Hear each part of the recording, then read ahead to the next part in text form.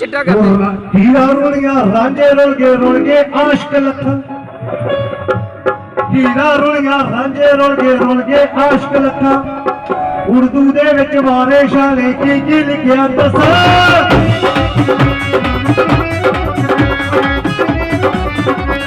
बाबे कमाया हीरा रुल गया रांझे रुल गए आशिक लखा उर्दू दे विच वारिशां ने की लिखिया दसा उर्दू दे विच वारिशां ने की लिखिया दसा जा सवाजे मिल जाते सराग ज़माने छेड़े